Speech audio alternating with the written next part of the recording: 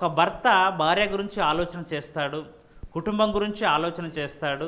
ఆ ఆలోచించి తను ఉదయం నుంచి సాయంత్రం వరకు కష్టపడి పని చేసుకుంటూ కుటుంబాన్ని పోషించాలని, పిల్లలను ఉన్నత స్థితికి ఎదిగింప చేయాలని కష్టపడుతూ ఉంటాడు. అలాగే ఒక రాజకీయ నాయకుడు కూడా ప్రజలను ఎలా పాలించాలి అని ఆలోచన చేస్తుంటాడు, ప్రజల కొరకు ఆలోచన చేస్తూ ఉంటాడు. అలాగే మరికొందరైతే చనిపోయిన వారి గురించి ఆలోచన చేసేవారు కూడా ఉన్నారు. వారి ఆశయాలను నెరవేర్చాలని, వారి ఇష్టాన్ని నెరవేర్చాలని చనిపోయిన వారి గురించి ఆలోచించేవారు కూడా ఈరోజు లేకపోలేదు. ఇక లోకంలో ఒక నారడి ఉంది. ఏంటి అని అంటే తల్లి, తండ్రి, గురువు, దైవం అన్నారు. అంటే మొదట మన గురించి తల్లి ఆలోచిస్తుంది అని, ఆ తర్వాత తండ్రి మన గురించి ఆలోచిస్తున్నాడు అని రెండవ స్థానం తండ్రికి ఇచ్చారు. ఇక మూడవ స్థానం గురువుకి ఇచ్చాడు. నాలుగవ స్థానం దైవానికి, దేవునికి ఇచ్చాడు. ఒకసారి మనం ఆలోచన చేస్తే చివరిగా దేవుడు ఆలోచన చేస్తున్నాడా మన గురించి? మొట్టమొదటిగా మన గురించి తల్లి ఆలోచన చేస్తుందా? ఆలోచించండి. తల్లి ఆలోచిస్తుంది. ఎందుకు తల్లికి మొదటి స్థానం ఇచ్చారు అని అంటే నవమాసాలు మోసి కని పెంచింది కనుక, మన ప్రారంభము తల్లి నుండే కనుక తల్లి అని తల్లికి మొదటి స్థానం ఇచ్చారు. కానీ తల్లి మన గురించి ఏమని ఆలోచిస్తుందండి? మనం గర్భంలో ఉన్నప్పుడు నా బిడ్డకు మంచి కాళ్ళు ఉండాలి, మంచి చేతులు ఉండాలి అని ఆలోచిస్తుందా? ఒకవేళ ఆలోచించినా కూడా ఆమె చేయగలుగుతుందా? చేయలేదు. ఎందుకంటే తల్లి గర్భములో అవయవ నిర్మాణము ఎవరు చేస్తున్నారు? దేవుడు చేస్తున్నాడు. ఈరోజు డాక్టర్లకు కూడా, శాస్త్రానికి కూడా అందనిది అది. చూలాలి గర్భమందు ఎముకలు ఏ రీతిగా ఎదుగునది ఈరోజు మనిషికి తెలియదు అని బైబిల్ చెప్పింది. అంటే చూలాలి గర్భములో ఒక శిశువు ఎలా ఎదుగుతుందో మనుషులకు తెలియదు. అలాంటి తల్లికి తెలుస్తుందా? తెలియదు. అంటే తల్లి మన గురించి ఆలోచించినప్పటికీ ఏం ఆలోచన చేస్తుందండి? బిడ్డ పుట్టిన తర్వాత బిడ్డకు ఒక మంచి కుళ్ళ కావాలి, ఒక అంగి కావాలి అని ఆలోచన చేస్తుంది తప్ప మంచి అవయవాలు కావాలి అని ఆలోచన చేస్తుందా? చేయదు. ఎందుకంటే చేసినా కూడా చేయగలిగింది ఏమీ లేదు. దేవుడు చేస్తున్నాడు. తండ్రి ఆలోచన చేస్తాడు. ఎప్పుడు ఆలోచన చేస్తాడు?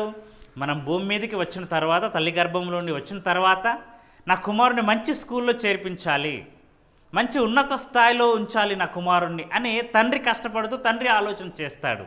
ఆ తర్వాత గురువు ఆలోచన చేస్తాడు. గురువు ఏమని ఆలోచిస్తాడు? 5 సంవత్సరాలు రాగానే తల్లి స్కూల్లో చేర్పిస్తుంది. స్కూల్లో చేర్పిస్తే మంచి విద్యాబుద్ధులు నేర్పించాలి అని గురువు ఆలోచన చేస్తాడు అని. ఇక ఆ తర్వాతనే దేవుడు ఆలోచిస్తాడు అని ఈరోజు సమాజం అనుకుంటుంది. అందుకే తల్లికి మొదటి స్థానం ఇచ్చారు, తండ్రికి రెండవ స్థానం ఇచ్చారు, గురువుకు మూడో స్థానం ఇచ్చారు, 4వ స్థానంలో దేవుణ్ణి పెట్టారు. అసలు దేవుడు ఎప్పుడు ఆలోచన చేస్తున్నాడండి? ఏదైనా ప్రైజులు ఉంటే ఫస్ట్, సెకండ్, థర్డ్ ఉంటుంది. ఫోర్త్లో ఎవరైనా ప్రైజ్ ఇస్తారండి? దేవుణ్ణి ఎక్కడ పెట్టేశారు? 4వ స్థానంలో పెట్టేశారు. అంటే దేవుడికి ప్రైజ్ ఇచ్చినా ఇవ్వకపోయినా నడుస్తుంది అని. దేవుడు ఎప్పుడు ఆలోచన చేస్తున్నాడు మన గురించి? మనము పుట్టక ముందే మన గురించి దేవుడు ఆలోచన చేశాడు. తండ్రిలో నుండి తల్లి గర్భంలోనికి మనం వెళ్ళినప్పుడు మనతో పాటు కొన్ని వేల కణాలు వచ్చేస్తాయండి. తల్లి గర్భంలో నుండి, తల్లి గర్భంలోనికి వస్తాయి తండ్రిలో నుండి. ఆ వేల కణాలలో ఒకే ఒక కణానికి తల్లి అండం అవకాశం ఇస్తుంది. ఆ కణమే శరీరాన్ని ధరించుకుంటుంది. ఈరోజు ఆ ఒక్క కణమే నువ్వైనా నేనైనా ఈరోజు భూమి మీద ఉన్న మనుషులైనా. అన్ని వేల కణాలలో దేవుడు మనల్ని నిలబెట్టాడు అని అంటే దేవుడు ఎంత ముందుగా మనల్ని ఆలోచించాడండి? మిగిలిన కణాలన్నీ నేల రాలిపోతుంటే అందులో మనల్ని ప్రేమించి మనల్ని మాత్రమే ఆ యొక్క పరుగు పందెములో ముందుకు నడిపించి తల్లి అండముతో ఫలదీకరణం చెందించి మనకు ఒక ఆకారాన్ని ఇచ్చి ఈ ఆకారంలో తన ఆత్మను పెట్టాడు అని అంటే దేవుడు మన గురించి ఆలోచన చేయలేదా? ఎప్పుడు ఆలోచించాడు? అందరికంటే ముందు ఆలోచించాడు. అలాగే అందరికంటే ముందుగా ఈ భూమి మీదకి మనిషి రాకముందే మనిషికి ఏమేమి కావాలో ఎవరు ఆలోచన చేశారు? ఆదాము గారికి కావలసినవన్నీ ఆదాము గారు చేసుకున్నారా? మొట్టమొదటి మనిషి ఆదామైతే ఆదాము గారు భూమి మీదకి రాకముందే ఈ భూమిని చేశాడు, సూర్యుని చేశాడు, చంద్రుని చేశాడు, ఏదేను తోట వేశాడు. ఆ తోటలో అన్ని ఫలాలు దేవుడు పెట్టాడు. అంటే మనిషి ఆకలికి, మనిషి రుచులను ఆలోచన చేసి అన్నీ కూడా దేవుడు పెట్టాడు అని అంటే అందరికంటే ముందు ఎవరు ఆలోచన చేస్తున్నారు మన గురించి? దేవుడు ఆలోచన చేస్తున్నాడు. చాలామందికి ఈ విషయం తెలియక నా గురించి ఎవరు పట్టించుకునే వాళ్ళు లేరు అనుకుంటారు. కానీ నీ గురించి దేవుడు ఆలోచిస్తున్నాడు అన్న విషయం తెలుసా? దేవుడు మన గురించి ఆలోచించాడు గనుకనే ఈ రోజు వరకు మనల్ని సజీవుల లెక్కలో దేవుడు ఉంచాడు. ఒక మాట చూసుకొని ముందుకు వెళ్దాం. పేతురు రాసినటువంటి మొదటి పత్రిక, పేతురు రాసినటువంటి మొదటి పత్రిక 5వ అధ్యాయము 7వ వచనాన్ని మనం చూడగలిగితే అక్కడ దేవుడు మన గురించి ఎలాంటి ఆలోచన కలిగి ఉన్నాడో చూడండి. పేతురు రాసిన మొదటి పత్రిక 5వ అధ్యాయం 7వ వచనం, ఆయన మిమ్మును గూర్చి చింతించుచున్నాడు గనుక అన్నాడు. ఎవరు ఆయన అనగా ఎవరు? సాక్షాత్తు దేవుడు. దేవుడు మన గురించి చింతించుచున్నాడట. మిమ్మును గూర్చి చింతించుచున్నాడు, చింతిస్తున్నాడట. మనము కూడా అప్పుడప్పుడు చింతిస్తాం మన పిల్లల విషయంలో. ఎప్పుడు చింతిస్తాం? మన పిల్లలు బాగులేనప్పుడు, వాడు చదవనప్పుడు, వాడి బ్రతుకు ఏమైపోతుందో అని ఆలోచన చేసి బాధపడుతూ ఉంటాం. కూతురు జీవితం బాగులేనప్పుడు అప్పుడు మనం చింతిస్తాం, బాధపడతాం. ఇప్పుడు మనం ఆలోచించాము గనుక బాధపడతాం. కుమారుడు ఏమైపోతాడో, వాని చదువు సరిగ్గా చదవట్లేదు, వాడు తిరుగుతున్నాడు అటు ఇటు, వాడు స్థిరంగా లేడు అని వాని భవిష్యత్తు గురించి మనం ఆలోచన చేస్తున్నాము గనుక మనం చింతిస్తాం. ఇక్కడ దేవుడు కూడా మన గురించి చింతిస్తున్నాడట. అంటే మన గురించి ఆలోచన చేస్తున్నాడు. మన గురించి ఆలోచన చేస్తూ ఎన్నో ఆలోచనలు మన గురించి దేవునిలో ఉన్నామండి. అలా అన్ని ఆలోచన చేశాడు గనుకనే ఈ భూమి మీద మన కొరకు అన్నీ పెట్టేశాడు. కీర్తన గ్రంథం 40వ అధ్యాయము 5వ వచనంలో మనం చూస్తే దేవుడు ఎంత విస్తారంగా మన గురించి ఆలోచన చేస్తున్నాడు అన్న విషయము అక్కడ మనం చూస్తాం. కీర్తన గ్రంథం 40వ అధ్యాయము 5వ వచనాన్ని ఒకసారి మనం చూడగలిగితే, యెహోవా నా దేవా, నీవు మా ఎడల జరిగించిన ఆశ్చర్య క్రియలను, మా ఎడల నీకున్న తలంపులను బహు విస్తారములు, వాటిని వివరించి చెప్పేదని అనుకొంటినా అవి లెక్కకు మించియున్నవి అంటున్నాడు. దేవునికి మన గురించినటువంటి ఆలోచనలట బహు విస్తారముగా ఉన్నాయట. వాటిని ఒకవేళ నేను వివరించి చెప్పేదని అనుకుంటున్నా అసలు లెక్కలేసుకోవడానికి లెక్కలు సరిపోవు అంటున్నాడు. అంటే అంత విస్తారమైనటువంటి ఆలోచనలు దేవుడు చేస్తున్నాడా? మన గురించి చేస్తున్నాడండి. మన గురించి విస్తారమైన ఆలోచనలు చేశాడు కనుకనే ఈరోజు భూమి మీద ఎన్ని పెట్టాడండి మన గురించి. మనం భోజనం చేస్తున్నామంటే దేవుడు కష్టపడ్డాడు. 6 రోజులు కష్టపడ్డాడు అని ఆదికాండంలో మనం చదువుకుంటాం. 6 రోజులు కష్టపడి మొదటి దినమున ఏం చేశాడండి? వెలుగును చేశాడు కదా. వెలుగును చీకటిని వేరుపరిచాడు. ఇలా ఒక్కొక్క దినము ఈ సృష్టిని, సూర్యుని, చంద్రుని అన్నీ చేశాడు. ఈ 6 దినములు కష్టపడ్డాడు అని మనం అనుకుంటున్నాం. కానీ 6 దినములు అనగానే ఈరోజు మనకున్నటువంటి ఈ దినములు కాదండి.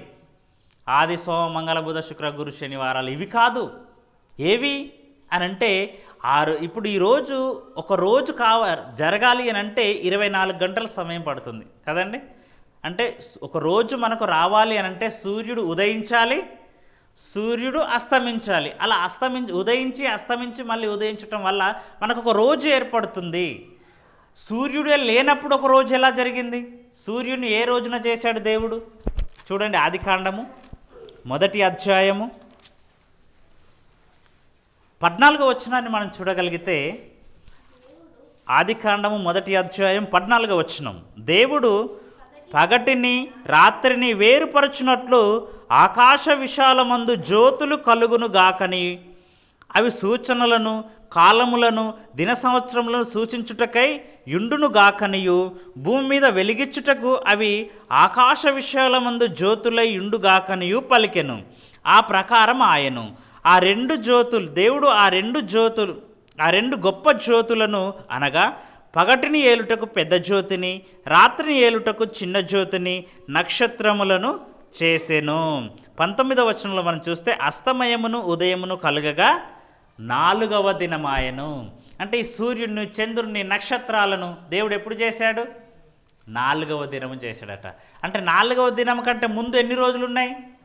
3 దినాలు ఉన్నాయి. ఈ సూర్యుడే లేనప్పుడు దినం ఎలా జరిగింది అని మనం ఆలోచన చేస్తే అవి విశ్వపు దినాలు. భూమి తన చుట్టూ తాను తిరగడానికి 24 గంటలు పడుతుంది. కానీ ఈ విశ్వం అంతా కూడా చాలా పెద్దదండి. ఈ విశ్వం అంతా కూడా తన చుట్టూ తాను తిరగడానికి ఎన్ని వేల సంవత్సరాలు పడుతుందో మనకు తెలియదు. అంటే అన్ని వేల సంవత్సరాలు దేవుడు పనిచేశాడా మన గురించి అని అంటే పని చేశాడు గనుక ఆయన కష్టపడి అలసిపోయి ఆయన విశ్రాంతిలోనికి వెళ్ళిపోయాడు 7వ దినమున. లెక్కకు మించి ఉన్నవి, వాటిని వివరించదనని నేను అనుకుంటే అవి లెక్కకు మించి ఉన్నాయి నా గురించి తలంపులని దావీదు గారు చెబుతున్నారు కదా. ఈ లెక్కకు మించి ఉన్న ఈ తలంపులన్నీ కూడా దేవుడు చేశాడు గనక, మన గురించి ఆలోచించాడు గనక 6 దినములు కష్టపడ్డాడు, పని చేశాడు. ఆయన 6 దినములు కష్టపడి 7వ దినమున విశ్రాంతిలోనికి వెళ్ళిపోయాడు. ఈ 6 దినములలో కష్టపడి చేసినవి దేవునికి ఏమైనా ఉపయోగపడేటి చేశాడా? ఈ ఫలాలు దేవునికి అవసరమా? ఈరోజు మనం మాంసం తింటాం కదండి. ఈ మాంసంలో ఎన్ని రకాలు ఉన్నాయండి? మేక మాంసం వేరు, కోడి మాంసం వేరు, చేప మాంసం వేరు, పక్షి మాంసం వేరు, ఎన్ని రకాలు. ఒక మాంసంతో సరిపెట్టుకోడు నా కుమారుడు అనుకున్నాడేమో దేవుడు. ఈరోజు కలర్స్ కూడానండి, ఎన్ని కలర్లు అండి. ఈ ఉన్న చిన్న కంటికి ఎన్ని కలర్లు పెట్టాడు, ఎన్ని పువ్వులు పెట్టాడు, ఎన్ని పండ్లు పెట్టాడు. ఒక పండుతో మనం ఆకలి తీర్చుకోలేమా? ఒక పండుతో మనం సంతృప్తి చెందలేమా? దేవుడు మన ఆలోచనలు ఎన్ని చూశాడు చూడండి. ఒక మామిడి పళ్ళలో ఎన్ని రకాలు, ఒక అరటి పళ్ళలో ఎన్ని రకాలు. ఇవన్నీ దేవుడు చేశాడంటే వీటన్నిటినీ మన గురించి ఆలోచించాడు. వీటిని వివరించేదనని నేను అనుకుంటే అవి లెక్కలు సరిపోవయ్యా అన్నాడు. అందుకే చాలా ఉన్నాయి దేవుడు చేసినవి. అంటే దేవుడు మొట్టమొదటిగా మన గురించి ఆలోచన చేస్తున్నాడు. అందరికంటే ముందు ఎవరు ఆలోచన చేశారు? దేవుడు మన గురించి ఆలోచన చేస్తున్నాడు. ఇంకా ఎవరు ఆలోచన చేస్తున్నారో చూద్దామా? రోమిలకు రాసిన పత్రిక 8వ అధ్యాయము. రోమిలకు రాసిన పత్రిక 8వ అధ్యాయము 34వ వచనాన్ని మనం చూడగలిగితే, ఈరోజు యేసుక్రీస్తును భూమి మీదకి ఆయన 2000 సంవత్సరాల క్రితం పంపించింది కూడా దేవుడు మన గురించి ఆలోచించే ఈ భూమి మీదకి యేసుక్రీస్తును పంపించాడు. ఎవడు కూడా నశింపడం దేవునికి ఇష్టం లేదు కనుక అందరూ రక్షింపబడాలి అనంటే యేసుక్రీస్తును పంపిస్తే, ఆయన రక్తం కార్చితే, ఆయన రక్తములో అందరూ తమ పాపములు కడుగుకొని నా యొద్దకు వస్తారు, నరకానికి వెళ్లకుండా నా యొద్దకు వస్తారు, నిత్యజీవం పొందుతారు అన్న ఆలోచనతోటే మన గురించి ఆలోచించాడు కనుకనే యేసుక్రీస్తును కూడా ఈ భూమి మీదకి దేవుడు పంపించాడు.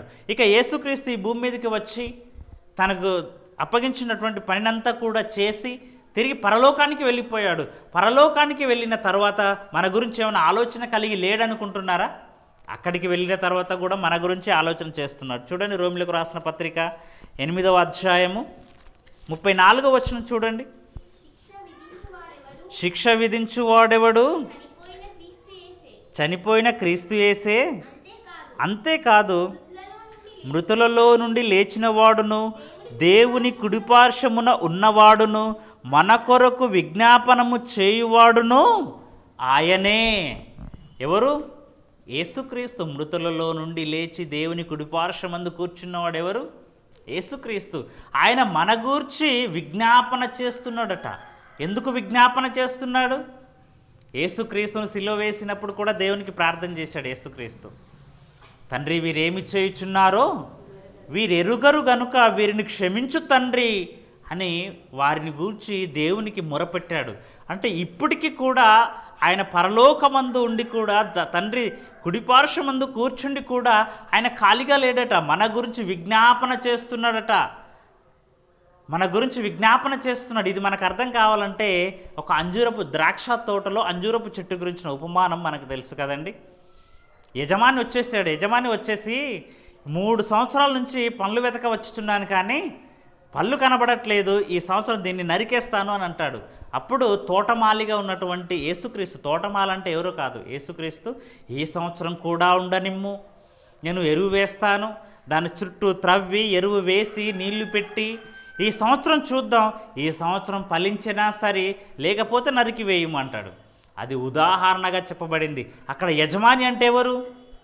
దేవుడు. చెట్టు ఎవరు?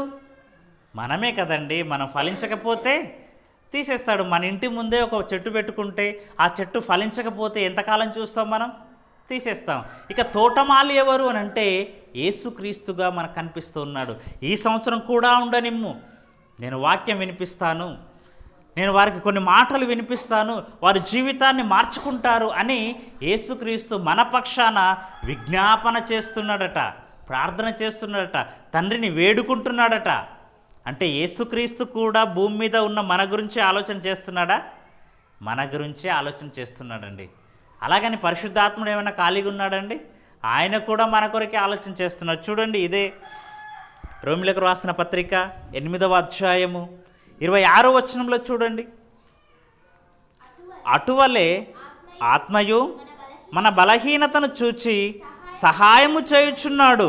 ఎలయనగా మనము యుక్తముగా ఎలాగు ప్రార్థన చేయవలెనో మనకు తెలియదు కానీ ఉచ్చరింప శక్యము కాని మూలుగులతో ఆ ఆత్మ తానే మన పక్షముగా విజ్ఞాపన చేయుచున్నాడు.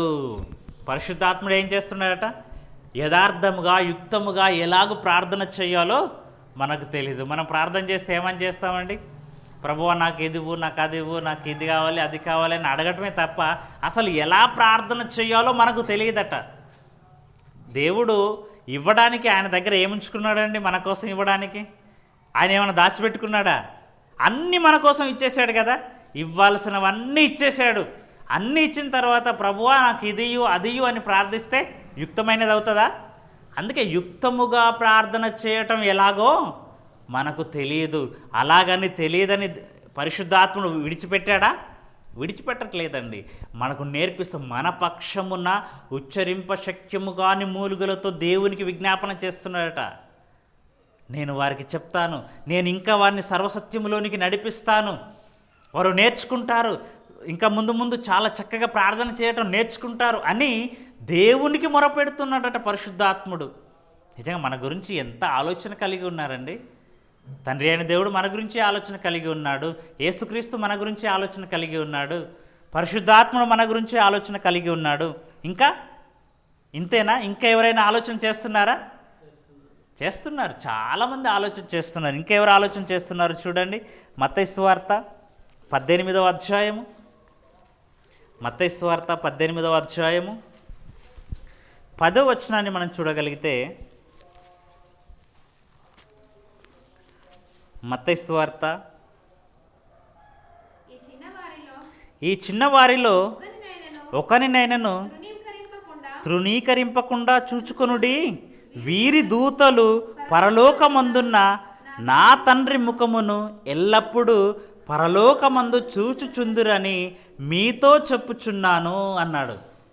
అక్కడ చిన్నవారిని ఆటంకపరిస్తే వీటిని ఆటంకపరచొద్దు, ఈ చిన్నవారిలో ఒకరిని కూడా మీరు తృణీకరింపకుండా చూచుకునుడి, వీరి దూతలు పరలోకమందు తండ్రి సముఖమున ఎల్లప్పుడూ పరలోకమందు చూచుచుందురు అన్నాడు. అంటే అందరికీ కూడా దూతలు ఉన్నారా?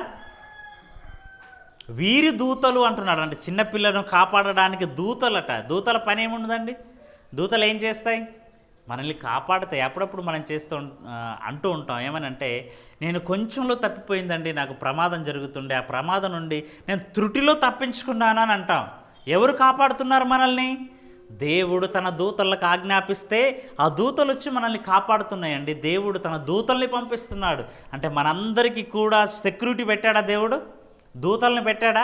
యేసుక్రీస్తుని పట్టుకోవడానికి వచ్చినప్పుడు కూడా పేతురు గారు కత్తి తీసుకొని చెవి నరికేస్తాడు సైనికుడిది. నరికినప్పుడు అప్పుడు అంటాడు, ఏంటి పేతురు, నేను తండ్రిని ఈ క్షణమున వేడుకుంటే 12 సేనా వ్యూహముల కంటే ఎక్కువ మంది దేవదూతలను పంపించడా అని అంటాడు. అంటే నా గురించి కాచుకోవడానికి, నన్ను రక్షించడానికి దేవదూతలు ఉన్నాయి, నేను తండ్రిని వేడుకుంటే పంపిస్తాడు అని అంటాడు. అంటే ఈరోజు ప్రతి ఒక్కరికి కూడా సెక్యూరిటీ అనేది దేవుడు ఏర్పాటు చేశాడు. ఎవరిని పెట్టాడు సెక్యూరిటీగా?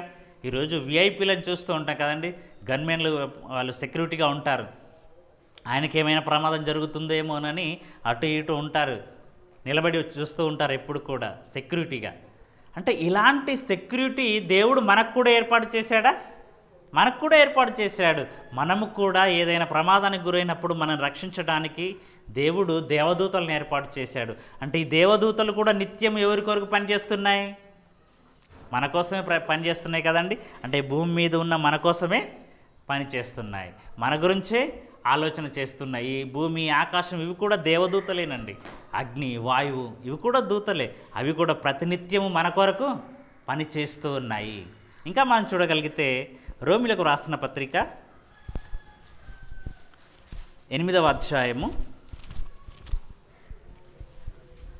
19వ వచనాన్ని మనం చూడగలిగితే, రోమిలకు రాసిన పత్రిక 8వ అధ్యాయము 19వ వచనం. దేవుని కుమారుల ప్రత్యక్షత కొరకు సృష్టి మిగుల ఆశతో తేరి చూచుచు కనిపెట్టుచున్నది అన్నాడు. దేవుని కుమారుల ప్రత్యక్షత కొరకు ఈ సృష్టి మిగుల ఆశతో తేరి చూచుచు కనిపెట్టుచున్నదట. అంటే ఎవరు దేవుని పిల్లలు, ఎక్కడ ఉన్నారు దేవుని పిల్లలు అని దేవుని కుమారుల ప్రత్యక్షత కొరకు ఈ సృష్టి ఆలోచన చేస్తూ ఉందట. తేరి చూచుచూ ఉందట, కనిపెట్టుకొని ఉంటుందట. ఈ ప్రకృతి అంతా కూడా దేవుని కుమారులు ఎవరు, దేవుని పిల్లలు ఎవరు, దేవుని కొరకు బ్రతికేవారు ఎక్కడ ఉన్నారు, నేను వారి కొరకు పని చేస్తాను అని ఈ సృష్టి కూడా మన గురించి ఆలోచన చేస్తూ ఉందట. వెతుకుతుందట దేవుని పిల్లలు ఎవరు అని. ఈరోజు దేవుని నుండి వచ్చిన వారంతా దేవుని పిల్లలుగా ఉన్నారా అండి? లేరు, దేవుని పిల్లలుగా లేరు. వీళ్ళంతా కూడా అపవాది సంతానంగా మారిపోయారు. అందుకే ఇందులో దేవుని పిల్లలెవరు, దేవుని కొరకు బ్రతికేవారు ఎవరు అని మిగుల ఆశతో తేరి చూచుచు కనిపెట్టుచున్నది. అంటే ఈ యొక్క ప్రకృతి, ఈ సృష్టి కూడా ప్రతినిత్యము మన గురించి ఆలోచన చేస్తూ ఉంది.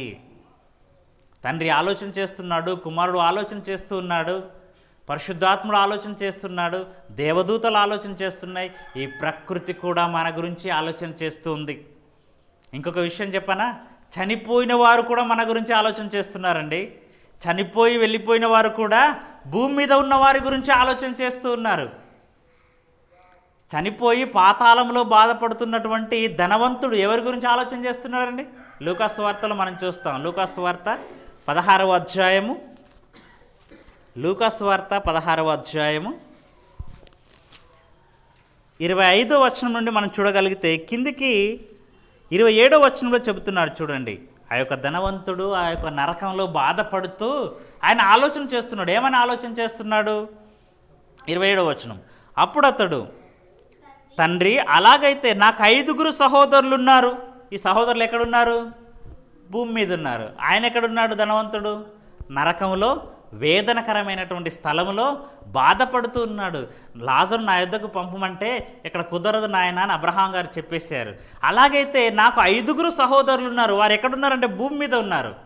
వారు కూడా నేను అనుభవించినట్టే ఆ ధనాన్ని అనుభవిస్తున్నారు. నాకు లాగానే వారు సుఖపడుతున్నారు. దేవుని కొరకు బ్రతకటం లేదు, దేవుని కొరకు కష్టపడటం లేదు. వారు ఈ నరకంలోనికి రాకుండా ఉండాలంటే నువ్వేం చేయాలో తెలుసా? ఈ లాజరును వారి యొద్దకు పంపించి దేవుని మాటలు చెప్పించు అంటున్నాడు. చూడండి కిందికి మనం చూడగలిగితే, అప్పుడు అతడు, తండ్రి అలాగైతే నాకు 5 సహోదరులు ఉన్నారు.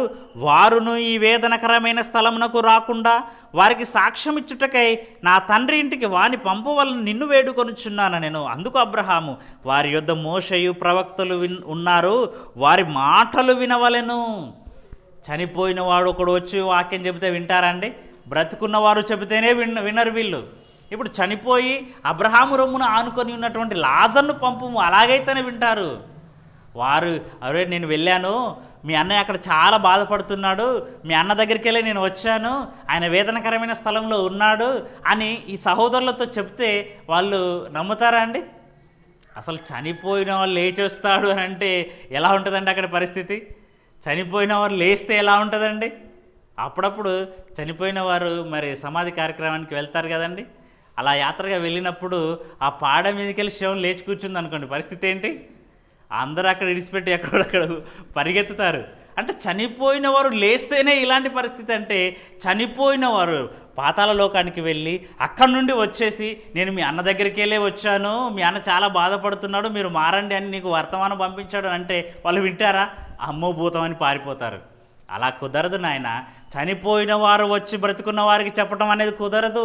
బ్రతికున్నప్పుడు బ్రతికున్న వారు చెబితేనే వినాలి నువ్వు, అంతే తప్ప చనిపోయిన వారు వచ్చి చెబితే వింటానంటే అది కుదరని విషయం నాయన. అలాగే దేవుడు పర్మిషన్ ఇవ్వలేదు అని చెప్పాడు. అంటే చనిపోయి యాతన పడుచున్నటువంటి ఈ ధనవంతుడు కూడా ఎవరి గురించి ఆలోచన చేస్తున్నాడు?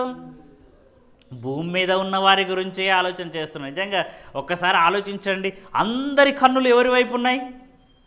భూమి మీద ఉన్న వారి వైపే ఉన్నాయి కదండి. అందరూ ఎవరి గురించి ఆలోచన చేస్తున్నారు? భూమి మీద ఉన్న వారి గురించి ఆలోచిస్తున్నారు. ఇంకా కూడా ఆలోచన చేస్తున్నారు. ఇంకా చనిపోయి నరకంలో ఉన్న వ్యక్తి కదండి ఇప్పుడు ఆలోచన చేసింది తన 5 సహోదరుల గురించి. చనిపోయి నెమ్మది పొందుతున్న వారు కూడా మన గురించి ఆలోచన చేస్తున్నారు. వారేమని ఆలోచన చేస్తున్నారు? ఇప్పటి వరకు అందరూ మన బాగు కోరి ఆలోచన చేశారండి, కానీ వారు వీళ్ళందరికీ విరుద్ధంగా ఆలోచన చేస్తున్నారు. ఏమని ఆలోచన చేస్తున్నారు ఒకసారి చూడండి. ప్రకటన గ్రంథము 6వ అధ్యాయము, ప్రకటన గ్రంథము 6వ అధ్యాయము 9-10 వచనాలు మనం చూడగలిగితే, ఆయన 5వ ముద్రను విప్పినప్పుడు దేవుని వాక్యము నిమిత్తమును తాము ఇచ్చిన సాక్ష్యము నిమిత్తమును వధింపబడిన వారి ఆత్మలను బలిపీఠము క్రింద చూచితిని అన్నాడు. బలిపీఠం అంటే ఏదో కాదండి, భూమి. ఈ భూమి మీద వారు వధింపబడ్డారు. ఒక స్తెఫను వధింపబడ్డాడు. దేవుని వాక్యము నిమిత్తము తాము ఇచ్చిన సాక్ష్యము నిమిత్తము వధింపబడిన వారు చనిపోయారు. రంపములతో కోయబడ్డారు, ఖడ్గముతో చంపబడ్డారు, రాళ్లతో కొట్టబడ్డారు. అలా చనిపోయిన వారు పరదేశికి వెళ్ళిపోయారు, నెమ్మది పొందే స్థలానికి వెళ్ళిపోయారు. అలా వెళ్ళిపోయి వాళ్ళు దేవుని వేడుకుంటున్నారు. ఏమని? 10వ వచనంలో, వారు నాదా సత్యస్వరూపి పరిశుద్ధుడా, ఎందాక తీర్పు తీర్చకయు మా రక్తము నిమిత్తము భూనివాసులకు ప్రతిదండన చేయకయు యుందువని బిగ్గరగా కేకలు వేసిరి. అక్కడున్నవారు నెమ్మది పొందుతున్నవారు నెమ్మది పొందక ఏమంటున్నారు తెలుసా? మా రక్తము నిమిత్తము భూనివాసులకు ఇంకా ఎప్పుడయ్యా నువ్వు ప్రతిదండన చేస్తావు? నువ్వు ప్రతిదండన తొందరగా చేయి. వాళ్ళు మారరు. మేము చెప్పిన మమ్మల్ని రాళ్ళతో కొట్టి చంపారు, రంపములతో కోసేశారు, ఖడ్గంతో చంపేశారు. తొందరగా వాళ్ళని తీర్పు తీర్చేసేయి, వాళ్ళని భూమి మీదకి వెళ్ళి తొందరగా తీసేయి అని అంటున్నారు. తీర్పు అంటే ఎప్పుడు వస్తుందండి? తీర్పు యేసుక్రీస్తుల వారు రెండవసారి వస్తేనే కదా. యేసుక్రీస్తుల వారు రెండవసారి వచ్చినప్పుడు భూమి ఆకాశంలో ఉంటాయా? మిక్కటమైన వేండ్రంతో లయమైపోతాయి. అంటే భూమి లేనప్పుడు భూమి మీద మనుషులు ఉంటారా? అంటే వీళ్ళు ఏం కోరుకుంటున్నారు? తొందరగా తీర్పు తీర్చేయి తండ్రి, యేసుక్రీస్తుల వారిని తొందరగా పంపించేసేయి, ఇక్కడ మేము వెయిట్ చేస్తున్నాం. ఎందుకు వెయిట్ చేస్తున్నారు? వీళ్ళు పరలోకానికి వెళ్ళడానికి, అంటే పరదేశులో నెమ్మది పొందుతున్నారు, శాశ్వతమైన జీవం పొందడానికి వారు తొందరపడుతున్నారు. ఇప్పుడు వారు పరలోకం ఎందుకు పొందట్లేదంటే భూమి మీద మనం ఉన్నాం గనక. ఎందుకంటే తీర్పు అందరికీ ఒకేసారి తీర్చబడుతుంది. యేసుక్రీస్తుల వారు వచ్చినప్పుడు గొల్లవాడు గొర్రెలను మేకలను వేరుపరిచినట్లుగా నీతిమంతులను అనీతిమంతులను వేరుపరిచి అప్పుడు న్యాయాధిపతి అయిన యేసుక్రీస్తు మనందరికీ తీర్పు తీరుస్తాడు. మేలు చేసిన వారిని పరలోకానికి, కీడు చేసిన వారిని పాతాళానికి పంపించేస్తాడు. ఆ తీర్పు కొరకు వారు మొరపెడుతున్నారట. భూమి మీద ఉన్న వారిని తొందరగా తీసే తండ్రి, మేము వెయిట్ చేయలేకపోతున్నాం, యేసుక్రీస్తుని పంపించేసి అని. అంటే ఇప్పటి వరకు మనం మేలు కోరి మనం బాగు కోరి ఆలోచన చేశారు, కానీ వీళ్ళు మాత్రం తొందరగా వీరిని తీసేయండి తండ్రి అని వేడుకుంటున్నారు తండ్రికి. అంటే ఎందరు ఆలోచన చేస్తున్నారో చూడండి. ఇంతమంది ఆలోచన చేస్తున్నారా? ఇంకొకరు కూడా ఆలోచన చేస్తున్నారండి. ఎక్స్పెక్ట్ చేయగలుగుతారా ఇంకెవరు ఆలోచన చేస్తున్నారు? సాతాను కూడా మన గురించి ఆలోచన చేస్తూ ఉంది. పేతురు రాసిన మొదటి పత్రిక 5వ అధ్యాయము 8వ వచనం చూడండి. పేతురు రాసినటువంటి మొదటి పత్రిక 5వ అధ్యాయం 8వ వచనం, నిబ్బరమైన బుద్ధి గలవారై మెలకువగా ఉండుడి, మీ విరోధి అయిన అపవాది గర్జించు సింహము వలె ఎవరిని మృంగుదునా అని వెదకుచూ తిరుగుచున్నాడు. వీడు కూడా ఎవరి గురించి ఆలోచన చేస్తున్నాడండి? దేవుని పిల్లలు ఎక్కడున్నారు, దేవుని పిల్లలు దేవుని కోసం బ్రతుకుచున్నారు, వారిని మింగేయాలి నేను అని వాడు వెదకుచూ తిరుగుచున్నాడట. గర్జించు సింహము వలె ఎవరిని మృంగుదునా అని వెతుకుచున్నాడట. ఈరోజు ఎంతనో మింగుకుంటూ వచ్చేసాడు వాడు. ఇక ఎక్కడెక్కడైతే దేవుని కొరకు బ్రతికేవారు ఉన్నారో వారిని వెతుకుచున్నాడట. అంటే దేవుని కొరకు బ్రతికే వారి గురించి వీడు ఆలోచన చేస్తూ ఉన్నాడు. దేవుని కొరకు బ్రతకకుండా చేయాలని, దేవుని కొరకు పని చేయకుండా చేయాలని వాడు ఆలోచన చేస్తూ తిరుగుతూ ఉన్నాడట. అంటే చివరికి సాతాను కూడా ఎవరి గురించి ఆలోచన చేస్తున్నాడు అని అంటే భూమి మీద ఉన్నటువంటి మన గురించి ఆలోచన చేస్తున్నాడు. సాతాను చనిపోయిన వారి గురించి ఆలోచన చేయడండి. ఎందుకంటే వాళ్ళు వెళ్ళిపోయారు. వాళ్ళు ఒకవేళ వాళ్ళ గురించి ఆలోచించిన పెద్ద ఉపయోగం ఏమీ ఉండదు. నరకంలోకి వెళ్ళిన వారు తిరిగి రారు, అలాగే పరదేశికి వెళ్ళిన వారిని నరకంలో దేవుడు వేయడు. వాళ్ళు వెళ్ళిపోయారు. కానీ ఈరోజు భూమి మీద ఉన్న వారిని నరకానికి నడిపించాలి, పాతాళ లోకానికి నడిపించాలి అని సాతాను వెదకుచూ తిరుగుచున్నాడట. అంటే చివరికి సాతాను కూడా ఎవరి గురించి ఆలోచన చేస్తున్నాడు? మన గురించి ఆలోచన చేస్తున్నాడండి. ఇంతమంది మన గురించి ఆలోచన చేస్తున్నారు. పరలోకమందున తండ్రి, యేసుక్రీస్తు, పరిశుద్ధాత్ముడు, దేవదూతలు, సృష్టి, చనిపోయిన వారు, నెమ్మది పొందుతున్నవారు మన గురించి ఆలోచన చేస్తున్నారు. చనిపోయి బాధపడుతున్నవారు మన గురించి ఆలోచన చేస్తున్నారు. చివరికి దుష్టశక్తి అయిన సాతాను కూడా మన గురించి ఆలోచన చేస్తూ ఉన్నాడు. ఇంతమంది మన గురించి ఆలోచన చేస్తూ ఉంటే మనం ఎవరి గురించి ఆలోచన చేస్తున్నాం? మనకేమైనా ఆలోచన ఉందా? ఇంతమంది మన గురించి ఆలోచన చేస్తున్నారు కదండి. తండ్రి అయిన దేవుడు, లోకాలను ఏలే అధిపతి మన గురించి ఆలోచన చేస్తున్నప్పుడు మనమేం ఆలోచన చేస్తున్నాం? ఒక భర్త భార్య గురించి ఆలోచన చేస్తున్నాడు. దానివల్ల ఏమైనా ఉపయోగం ఉందా అండి? నేను నిన్నే ప్రేమిస్తున్నాను, నీవు లేకపోతే నేను లేను అని ఎన్నో మాటలు చెప్తూ ఉంటారు. కానీ అదంతా వాస్తవమా? ఒకానొక రోజు భార్య ఏదైనా వచ్చి చనిపోయింది అనుకోండి, నీవు లేకపోతే నేను లేను అన్నవాడు వీడు చనిపోతాడా? చనిపోడు. ఒక్కరోజు ఏడుస్తాడు, రెండో రోజు ఏడుస్తాడు, మూడో రోజు ఏడుస్తాడు, నాలుగో రోజు వెళ్ళి నాకు మళ్ళీ పిల్లని చూడండి అంటాడు. ఏమై నీ ప్రేమ ఎటుపోయింది? అంటే ఈరోజు భూమి మీద ఉన్నటువంటి ఈ ప్రేమలు శాశ్వతం అనుకుంటున్నారా? వీరి గురించి ఆలోచించటం వల్ల ఏమైనా ఉపయోగం ఉందనుకుంటున్నారా? మన గురించి మనం ఎప్పుడు ఆలోచన చేస్తున్నాం? మన గురించి అంటే శరీరాన్ని గురించి కాదు, మనలో ఉన్నటువంటి ఆత్మను గురించి. మన ఆత్మ పరలోకానికి వెళుతుందా? నేను ఇలాంటి జీవితం జీవిస్తే నా ఆత్మను పరలోకానికి దేవుడు తీసుకుంటాడా అన్న ఆలోచన ఈరోజు ఏ మనిషికైనా ఉందా అండి? చనిపోయిన వారి గురించి సంతాప సభలు పెట్టేసి వారి ఆత్మ గురించి అంగలార్చుడు, వారి ఆత్మను గురించి ఆలోచన చేయటమే తప్ప నా ఆత్మ ఎక్కడికి వెళుతుందన్న ఆలోచన ఎవరైనా కలిగి ఉన్నారా ఈరోజు? ఈ ఆలోచన కలగకుండా చేసేసిందండి సాతాను. నీకు ఈ ఆలోచన కలిగి ఉండాలి. భూమి మీద ఉన్న ప్రతి ఒక్కరికి కూడా నేను చనిపోయిన తర్వాత ఎటు వెళ్ళిపోతాను, నేను దేవుని దగ్గరికే వెళ్ళిపోతానా? ఒకవేళ దేవుని దగ్గరికి వెళ్ళాలంటే నేను భూమి మీద ఎలాంటి జీవితాన్ని కలిగి ఉండాలి, ఎలా ఉంటే నేను పరలోకానికి వెళ్ళిపోతాను, ఇలాంటి ఆలోచనలు కలిగి ఉండాలి. కానీ ఈ ఆలోచనలు ఈరోజు ఏ ఒక్కరిలో కూడా లేనట్టుగా మనం చూస్తూ ఉన్నామండి. ఎంతసేపు ఈ భూమి మీద ఎలా బ్రతకాలి, ఎలా జీవించాలి, ఎలా సంపాదించుకోవాలి, ఎలా సుఖపడాలి అన్న ఆలోచనలే మనిషిలో ఉన్నాయి తప్ప నేను చనిపోయిన తర్వాత పరలోకానికి వెళతానా అనే ఆలోచన చేయట్లేదండి. ఒకవేళ అలా ఆలోచన చేస్తే మనిషి జీవితంలో పరివర్తన వస్తుంది. అలా ఆలోచన చేసిన వారు నేను స్వర్గానికే వెళ్ళిపోవాలి, నేను పరలోకానికి వెళ్ళాలనుకున్న వారు దేవుడున్న పరలోకానికి వెళ్ళేవారు. దేవుని లక్షణాలు వారిలో కనిపిస్తూ ఉంటాయి. ఈరోజు దేవుని లక్షణాలు ఎవరిలోనైనా ఉన్నాయా? దేవునికి ఉన్న లక్షణాలు ఏంటి? ప్రేమ, కనికరం, దయ, ఆయనలో ఉన్నటువంటి లక్షణాలండి. ఆయన యుద్ధకు వెళ్ళాలంటే ఆయనలో ఉన్న లక్షణాలు నీలో లేకపోతే ఎలా వెళ్తాం? మనం వెళ్తామా? వెళ్ళము. అంటే దేవుని దగ్గరికి నా ఆత్మ వెళ్ళాలి అని అంటే నేను ఎలా వెళతాను? దేవునిలో ఉన్న గుణగణాలు నాలో ఉన్నాయా? దేవునిలో ఉన్నటువంటి మంచి గుణాలు నాలో ఉన్నాయా? అలాంటి ప్రవర్తన నాలో ఉందా అని ఎప్పుడైనా ఆలోచన చేస్తున్నాడా మనిషి? ఆలోచన చేయట్లేదండి. ఇలాంటి ఆలోచన కలిగి ఉంటే, దేవుని యొద్దకు వెళ్ళాలన్న ఆలోచన ఉంటే మంచి పనులే చేస్తాడు, ఇతరుల పట్ల దయ చూపిస్తాడు, కనికరపడతాడు, మేలు చేస్తాడు, ఇతరులు ఎదుగుతుంటే సంతోషిస్తాడు. కానీ ఈరోజు సమాజం ఎలా ఉందండి? ఒకడు ఎదుగుతుంటే సంతోషించే అంత మంచి మనస్సు సమాజంలో ఉందా? లేదు. ఒకరికి సహాయం చేయాలన్న ఆలోచన కలిగి ఉన్నారా? ఒకరిని ప్రేమించాలి, దయ చూపాలన్న ఆలోచన కలిగి ఉన్నారా? లేదు కదండి. మరి పరలోకంలో దేవుని దగ్గరికి ఎలా వెళ్తారు? దేవునిలో ఉన్న గుణాలు మనలో లేకపోతే, దేవునిలో ఉన్న పరిశుద్ధత మనలో లేకపోతే పరలోకానికి వెళ్తామా మనం? ఒకసారి ఆలోచన చేయాలి. ప్రతి ఒక్కరూ ఆలోచన చేయాలి. స్వర్గానికి దేవుని యొద్దకు నేను వెళతానా? వెళ్ళాలంటే దేవుడు పరిశుద్ధుడు గనక మనము కూడా ఎలా ఉండాలన్నాడు? పరిశుద్ధులుగా ఉండాలనుకున్నాడు. తల్లిదండ్రులు పిల్లల కొరకు ఆలోచన చేస్తున్నారు, బాగానే ఉంది.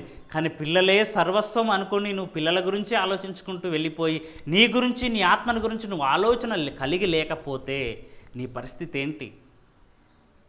పరలోకానికి ఎలా వెళ్తావు? పరలోకానికి వెళ్ళాలంటే నీ ఆత్మని గురించి నువ్వు ఆలోచన చేయాలి. అలా ఆలోచన చేసినప్పుడు నువ్వు పరిశుద్ధ గ్రంథం దగ్గరికి వస్తావు. బైబిల్లో దేవుడు ఏం చెప్పాడు? ఒక యేసుక్రీస్తు ఆలోచన చేశాడు. ఆయన వచ్చిన పనేంటి? నేను వచ్చింది ఎందుకు? నేను వచ్చిన పని ముగించుకొని మళ్ళీ తిరిగి వెళ్ళిపోవాలి కదా పరలోకానికి. అని ఆలోచన చేశాడండి. ఆలోచన చేశాడు గనుక ప్రతినిత్యము దేవుని పనుల్లో ఉండిపోయాడు. ఈరోజు దేవుని పనిలో లేక అందరూ తమ సొంత కార్యములను చూచుకొనిచున్నారు అని ఫిలిప్పీలకు రాసిన పత్రికలో పౌలు గారు రాస్తారు. అంటే అందరూ సొంత కార్యములను చూచుకుంటున్నారు అని అంటే ఈ సొంత కార్యాలు ఎంతవరకు అండి? 60-70 సంవత్సరాల జీవిత కాలంలో ఇంతవరకేనా ఈ సొంత కార్యాలు? ఈ జీవితం ముగించుకున్న తర్వాత పరలోకానికి వెళ్ళాలి అని అంటే దేవుని కార్యక్రమాలు కూడా చూడాలి కదా, దేవుని కొరకు కూడా పని చేయాలి కదా. దేవుడు మనకు ఎన్నో ఇచ్చాడు, ఆయన కొరకు మనం ఏవి ఇవ్వగలుగుతున్నాం, ఏం చేయగలుగుతున్నాం? నా దగ్గర ఈ వెండి బంగారాలు నేను ఇవ్వలేను తండ్రి అని పాట పాడతాం మనం కదా. ఎందుకంటే ఉన్నా ఇవ్వం మనం. నా దగ్గర లేవు కనుక నేను ఇవ్వలేను అంటున్నావు. ఉన్న వాళ్ళు ఇస్తారేంటి దేవుని కోసం? ఇవ్వరు. కానీ మన దేవుడు మనకు శరీరాన్ని ఇచ్చాడు కదా, మంచి అవయవాలు ఇచ్చాడు. ఈ చేతులతో పని చేయాలి దేవుని కోసం, దేవుని కొరకు కష్టపడాలి, ఇతరులు ఎందు దయ చూపాలి. ఎంతోమంది ఆత్మలకు దేవుని వాక్యం లేదు కదండి, సత్యమైన మాటలు చెప్పబడట్లేదు కదండి. ఆత్మలన్నీ ఎటు వెళ్ళిపోతాయని ఆత్మల భారం కలిగి ఉండాలి. మనం వెళ్తాం కదా అని మనకు స్వార్థపూరితమైన ఆలోచనలు మనలో ఉండకూడదు. అనేక మందిని నరకానికి వెళ్ళడానికి సిద్ధంగా ఉండిపోయారు కదా, వారిని కూడా రక్షించాలి, కొందరినైనా అగ్నిలో నుండి లాగినట్టుగా వారిని లాగాలి అన్న ఆలోచన మనకు కలిగి ఉన్నప్పుడు మనము పరలోకానికి వెళ్ళిపోతాం. ఇలాంటి మన గురించి మనకు ఒక మంచి ఆలోచన కలిగి ఉంటే మనం పరలోకానికి వెళతామన్న ధైర్యం మనకు ఉంటుంది. ఒక పౌలు గారికి పరలోకానికి నేను వెళ్తానన్న ధైర్యం ఉంది. ఏమంటున్నాడు తెలుసా? నేను ఇప్పుడే ప్రాణార్పణముగా పోయబడుచున్నాను, నేను వెడలిపోవు కాలము సమీపమై ఉన్నదని అతను వృద్ధాప్యంలో అంటున్నాడు. ఇక వెళ్ళిపోయే సమయంలో అంటూ నా కొరకు నీతి కిరీటం ఉంచబడి ఉన్నది అన్నాడు. అంటే ఆయనకు కన్ఫామ్ చెప్పేస్తున్నాడు, నా కొరకు నీతి కిరీటం ఉంది, నేను పరలోకానికే వెళ్తాను. ఆ దినమందు ఆ నీతి గల న్యాయాధిపతి అది నాకు మాత్రమే కాదు, నాలాగా ఎవరైతే క్రీస్తు ప్రత్యక్షతను అపేక్షించుతున్నారో వారందరికీ ఇస్తాను అని అన్నాడు. మరి పౌలులాగా ఎవరు అపేక్షిస్తున్నారు దేవుని పని గురించి? ఎవరు ఆలోచన చేస్తున్నారు? అలా ఆలోచన చేసిన ప్రతి ఒక్కరికి దేవుడు నీతి కిరీటాన్ని ఇస్తాడట. ఆ నీతి కిరీటం పొందుకోవాలి అని అంటే ఎంత మంచి లక్షణాలు మనలో ఉండాలి. అలాంటి లక్షణాలు కలిగి మనం జీవిస్తే మనం ఈ లోకంలో ఈ జీవితాన్ని ముగించుకున్న తర్వాత మనం పరలోకానికి వెళ్ళిపోతాం. ఓకేనండి, ప్రార్థించుకుందాం. పరిశుద్ధుడా, మా ప్రియ పరలోకపు తండ్రి, ఇప్పటి వరకు నాయన మంచి మాటలు తండ్రి మాకు వినిపించారు. పరలోకమందున్న మీరు మా గురించి ఆలోచన చేస్తున్నారు.